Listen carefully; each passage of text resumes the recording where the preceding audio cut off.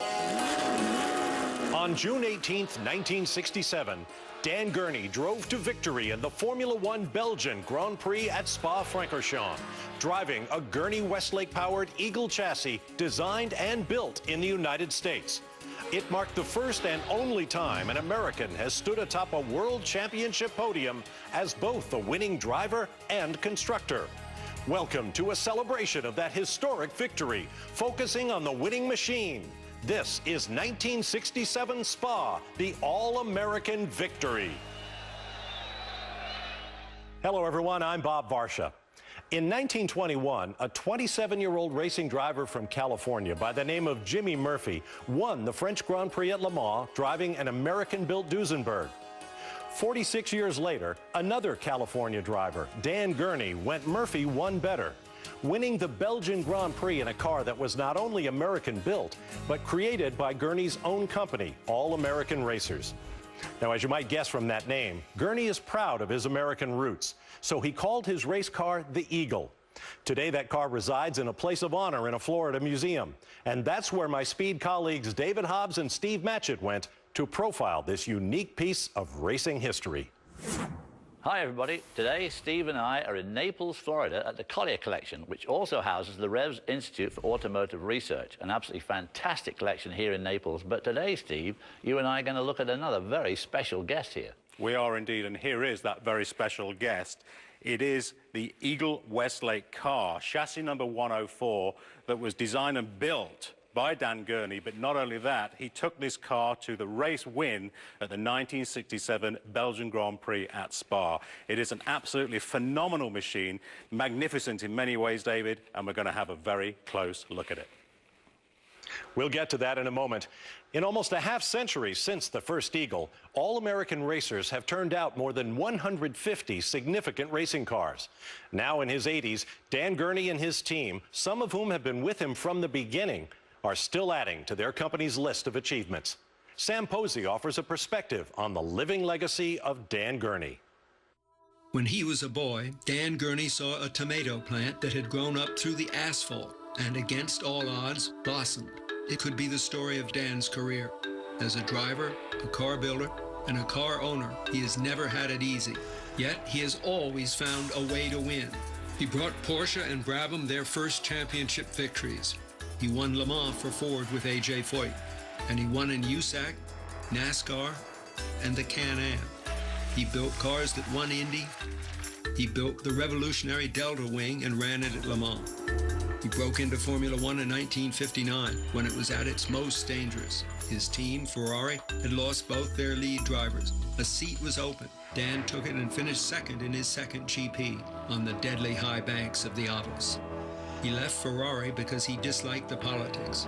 Over the next 6 years, he established a reputation as one of the best in the business. In fact, the great Jim Clark said Dan was the only driver he really feared. Dan was essentially a hired gun, but he had a keen interest in the way cars were designed and built. In the mid-1960s, Goodyear was just getting into big-time racing, and to win, they had to beat Firestone. They suffered an acute embarrassment in 1964 at Indy when, on the eve of the race, the Goodyear teams all switched to Firestone. That left Goodyear looking for racers that would be loyal to their brand. And Carroll Shelby brokered a deal that made him partners with Dan in a Goodyear-backed team. Its primary target was Indy, but Formula One rules were nearly identical in those days, and Dan was able to negotiate the financing to go Grand Prix racing as well. The tomato plant was about to thrust through the asphalt. In a moment, we'll revisit that historic 67 Belgian Grand Prix, including some of Dan's memories of the day. And we'll begin our close-up look at the Eagle-Weslake that wrote racing history, starting with its most distinctive feature. In 1967, Dan Gurney enjoyed one of his most successful racing seasons, but the month of June was special. On the 11th, he and A.J. Foyt won the 24 Hours of Le Mans by more than 30 miles. And just a week later, Gurney and his team unloaded their newest Eagle, chassis 104, at the Belgian Grand Prix. Round 4 of the 67 Formula One season took place on the fast and dangerous old 8 3/4 mile Spa-Francorchamps circuit. Eagle 104, built using lightweight titanium to reach the minimum weight limit, split the Lotus Fords of Jimmy Clark and Graham Hill on the front row in qualifying. In those days, the grid lined up at Spa beyond the hairpin at La Source on the downhill run to Eau Rouge. I got a lousy start because we tried to, it's a little bit of downhill at Spa in front of the start-finish line, and we put a rag under the tire to stop the car from rolling. Well, it wasn't big enough rag, and it started to roll. I had to take my foot off and get on the brake, and they dropped the flag at that same time, so I missed the start. By the time the field had plunged through Eau Rouge and up the Kemmel straightaway, the Eagle lay sixth. Gurney went on the attack and eventually passed Jackie Stewart for second. When the dominant Clark pitted with fouled spark plugs, Gurney found himself locked in a fight with Stewart for victory and dealing with an engine miss. In the cockpit, I could see him coming. I leaned forward and I stepped up, and I kind of went like this. I said, you know, pretending, you know, to tell him to come through. And then I'm sitting behind him, and I thought, well, you know, I don't want to finish second here. What difference does it make? So I thought, I might as well gas it, missing or not. And then I noticed he had a little spiral of maybe oil coming out of his gearbox. And I thought, oh, hey, that looks promising.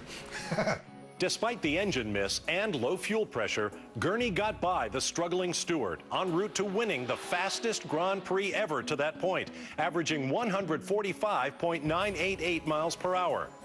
More importantly, Gurney and his All-American Racers crew had achieved their goal: to win a Formula One Grand Prix with an American driver in a car of their own construction. Flying in those days seemed to be a little more chancy than it is today. And I used to say, oh, boy, I hope this thing doesn't go down because I haven't won a Grand Prix in the Eagle yet. And so following the win at Spa, why, I got in the airplane and I said, okay, if you go down now, that's all right. It doesn't make a difference to me because I'm already in this history books. And so emotionally, it was a huge, big catch for me and for our whole team. Now that we know more about the man and how he took his machine to victory, let's begin our close-up look at Chassis 104, known as the Titanium car, beautifully maintained by the experts at the Revs Institute. Here's Steve Matchett. What we're looking at here is a very iconic Formula One chassis, chassis number 104 of the All-American Racers Eagle-Weslake. Much of the monocoque of the car is made out of magnesium, fabricated and riveted together. The section of chassis 104 from here, the very tip of the Eagle's nose, to just back here, the start of the monocoque itself, is actually not made of magnesium fabrication. It is made out of a composite material, basically a fiberglass. As we look a bit further back, we can see there are some like shark gill designs that we see actually now in contemporary Formula One design in 2012, but they were still using it back then in 1967. So let's remove the bodywork now and see what's hidden underneath.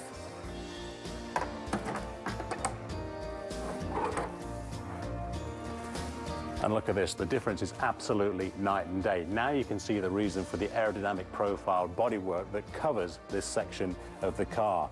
Once that is stripped away, we can see all of the componentry hidden underneath.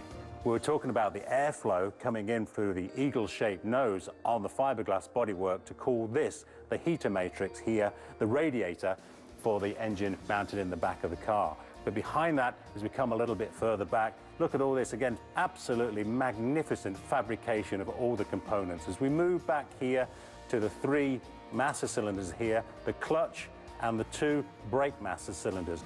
All American racers, Len Terry, Dan Gurney, wanted to get the damper and the spring out of the airflow. And we can see it opened up all this area here to remove drag. Now we can show you exactly where they are.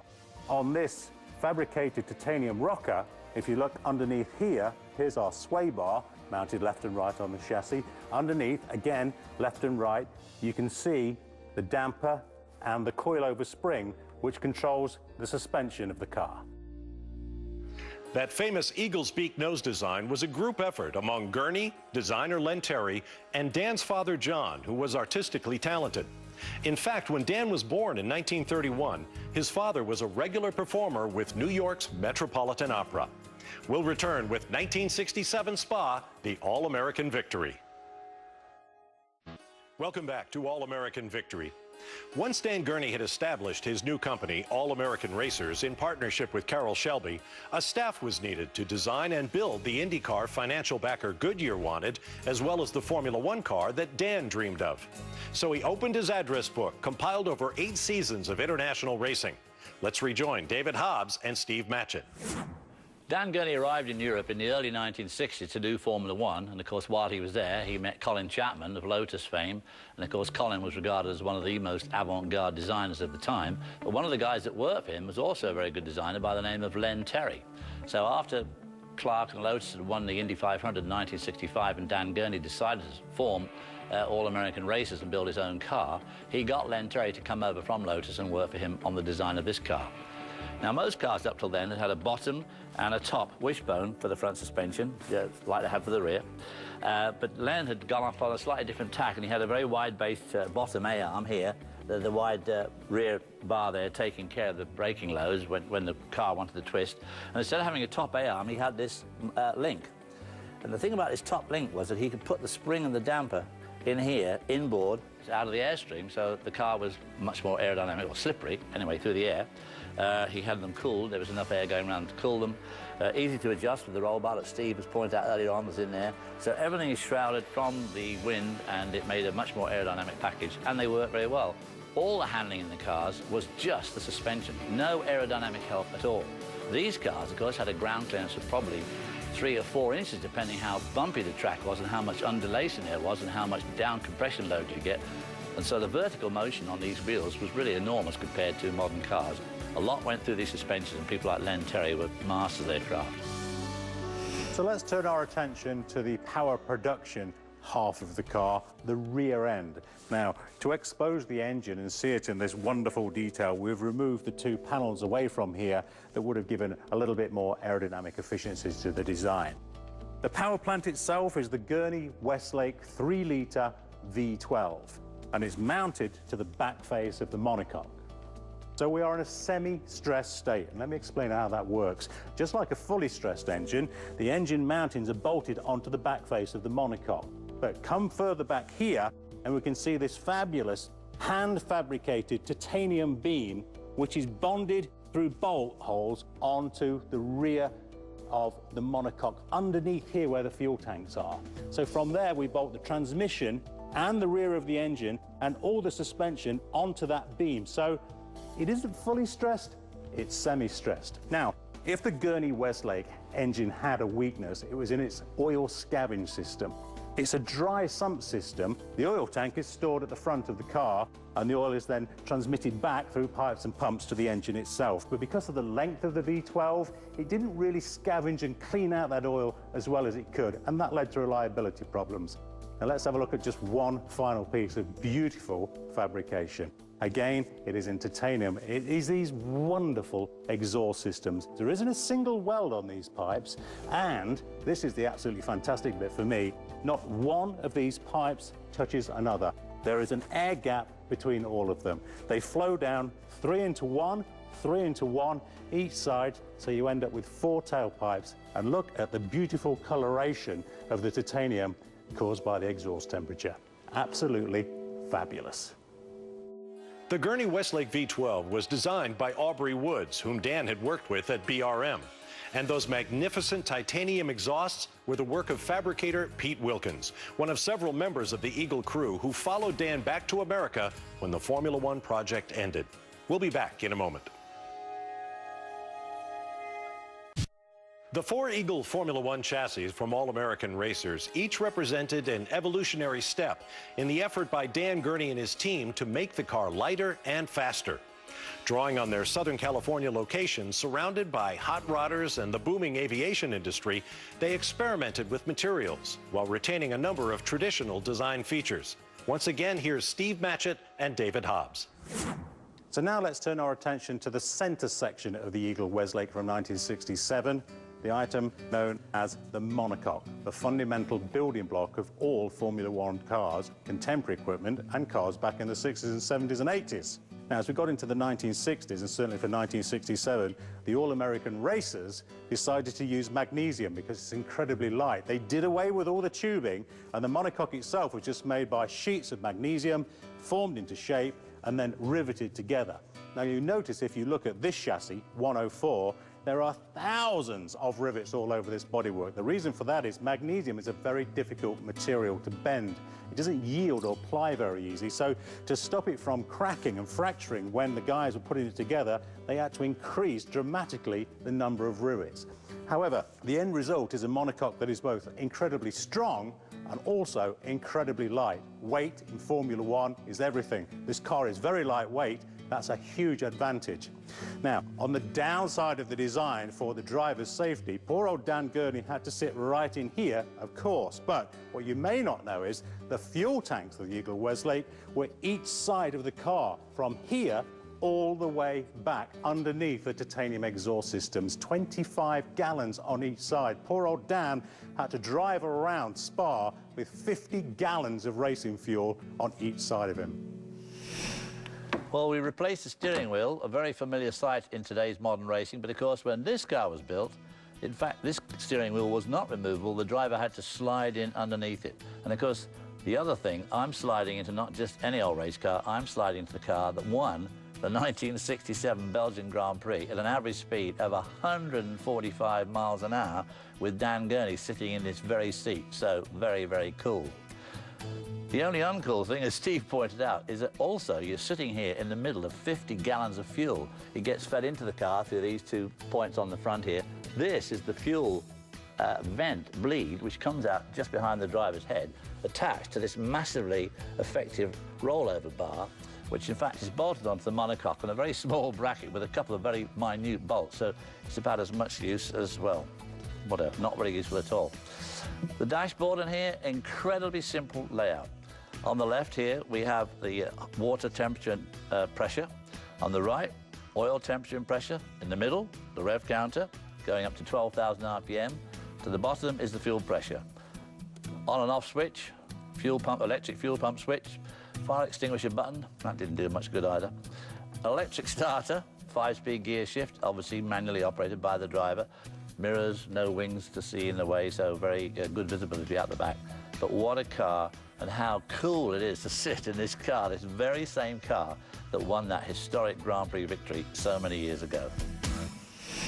Now that we've seen the Spa-winning Eagle up close, it's time for a moment we know you've been waiting for. After the break, we'll fire up the Gurney-Weslake V12, and our David Hobbs gets a big surprise. Stay with us. Welcome back to our close-up look at Dan Gurney's Grand Prix winning Eagle-Weslake Formula One car. Now, here's where our story went off plan. David Hobbs and Steve Matchett were about to leave the Revs Institute when the staff presented them with the proverbial offer they couldn't refuse. Well, it was a very interesting day that we had down there, and Steve and I had done all our various stand-ups and shoots, and then the guy with the car said, "Do you want to hear it run?" So we thought, oh, well, that'd be pretty neat. Yeah, absolutely, we will do, yes. Of course, yeah, we would. I'd love to. I mean, as a mechanic, there's no question I was dying to hear this engine fire up. I'd never heard a Westlake engine V12 fire up before. There was a few burps and rough starts at first. That's perfectly normal with one of those early V12 engines. And I said to Steve, if the thing starts, it'll be a miracle. But, hey presto, third go, boom, off it went.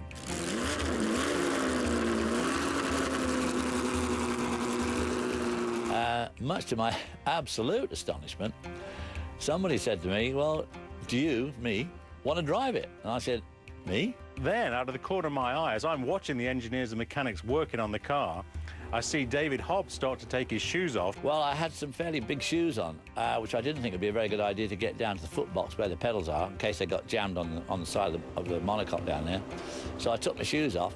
Being a front-end mechanic, as my position was back with Benetton, as soon as the driver got anywhere near the car, it was my job to help the driver in. And obviously, it was almost instinctive. I couldn't resist walking forward and trying helping David, our driver, get inside the car. And off we go.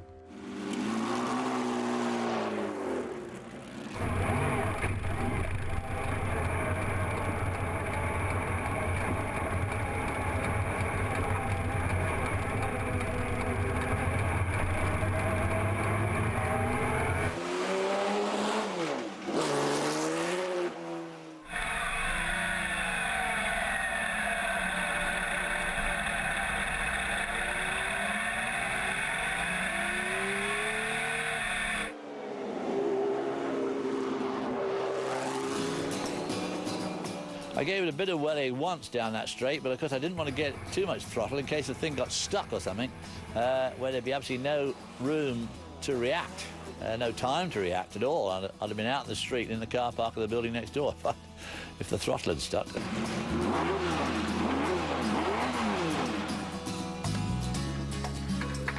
Bloody hell, what fun that was, lad. Actually had a bit of wheel spin over the back there. Yeah. Tell me about tyre pressures for the next stop. Well, the tyre pressures, I think I want to be just a little bit down on the right front, about half a PSI at the right front. And maybe the left rear, about a quarter of a pound up, I think. Now, I was thrilled to be there as a mechanic, but for David, a driver, to get in the car that he was very familiar with and to do a few exploratory laps outside the Collier collection around the parking lot, well, he was absolutely thrilled by it, and it was a memory that'll stay with me forever. As I slid in there, it was just like I'd never stopped sliding into cars, which, you know, I did for 30-odd years, and boy, it brought back some incredible memories as I slid down to that monocoque, and there I was. I felt very proud and honoured to be able to drive such a historic car. I mean, it was a great opportunity, and I certainly couldn't turn it down. The Eagle Formula One project lasted barely 3 seasons, and though Belgium would be the only point-scoring victory for the car, that takes nothing away from its place in history. We're grateful to the Revs Institute for taking such great care of the Spa-winning Eagle-Weslake and for allowing us access to it. And of course, thanks also to Dan Gurney and All-American Racers for creating one of the most beautiful race cars ever and giving us an inspiring story of success against all odds. For David Hobbs and Steve Matchett, I'm Bob Varsha. Thanks for watching.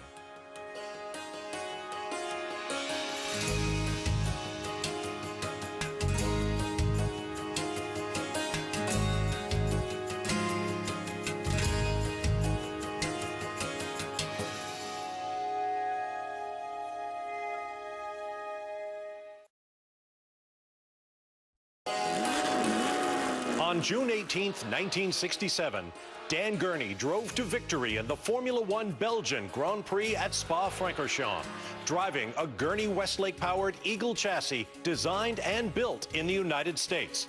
It marked the first and only time an American has stood atop a World Championship podium as both the winning driver and constructor. Welcome to a celebration of that historic victory, focusing on the winning machine. This is 1967 Spa, the All-American victory.